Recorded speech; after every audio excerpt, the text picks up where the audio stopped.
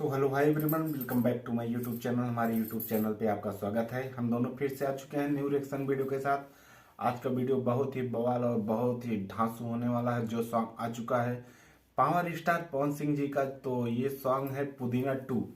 पहले आया था पुदीना, अभी पुदीना 2 आ चुका है। उसका बहुत ही बढ़िया सॉन्ग है। चलिए हम वीडियो को स्टार्ट करते हैं। अगर वीडियो हमारा पसंद आएगा तो हमारे चैनल को प्लीज़ लाल वाला बटन दबाइए और सब्सक्राइब कीजिए और वीडियो को लाइक कीजिए। कमेंट में आप जरूर बताइए कि हमारा वीडियो कैसा लगेगा।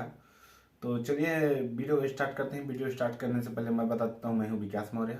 मैं हूँ मिसांचल। चलिए हम वीडियो को स्टार्ट करते हैं। Let's go.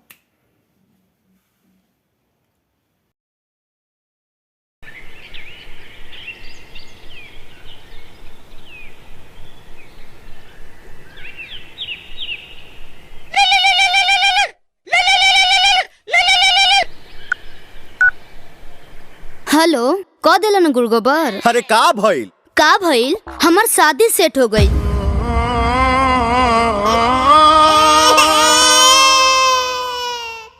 भैया, ए भैया, ता हो दिल? अले माल दे दब दे था तब ते थाने में रहेला। अब ताते माल देला। सुन है ने ये दो थल आइडिया बताई ता ना, ते अपन आइडिया अपने भेरी राख, न त मार के मुंह फाड़ दे। अब हमार लीला देख।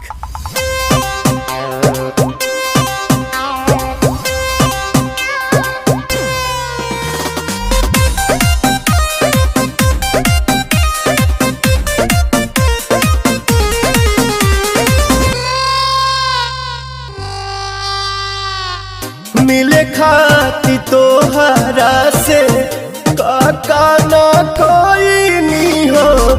राहे राहे गलिए गलिए ठेलबो चलाई नी हो। हेने आप ना जहे जहे जइबू तहे तहे आइब ए जा। ले लो पुदीना पुदीना। तोरा ससुरा में तोरा गलिया में मिले हम आइब ये जान। तो ले लो पुदीना चिलाइब ये जान। तोरा ससुरा में मिले हम आइब ये जान। तो ले लो पुदीना चिलाइब ये जान। अरे रबिया, एकरा तो कोनो फर्के नहीं पड़त। बे लोता ना भौजी ते हम मनावतानी। हाँ मनाव जो। एकरा के छोली ते दूधा थोड़ा बुदुला हवा। एकरा के छोली ते दूधा थोड़ा बुदुला हवा। और हम बाबा किली पा कली है कटतहु बिया हवा। और हम बाबा किली पा कली है कटतहु बिया हवा। बे भैया, हलदम हम पिताते लहिला दा तू थम दा। जेसीबी से दिलवा हमर कोड़ दिहलू, आधे राह में छोड़ दिहलू हो। तो जाइबू ससुराना पवन जस बरेंड मिली, मारदा सेकंड हैंड मिली हो।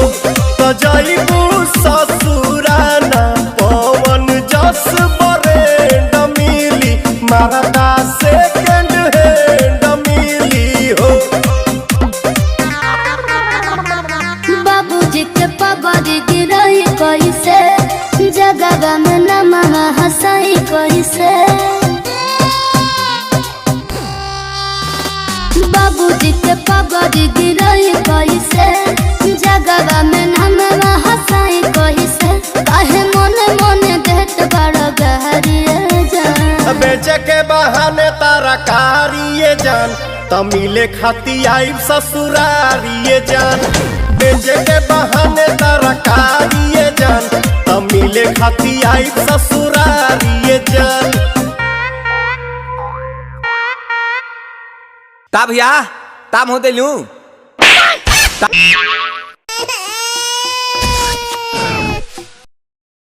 तोरा ससुरा में तोरा गलिया में मिले हम आइब ये जान। तो ले लो पुदीना चिलाइब ये जान।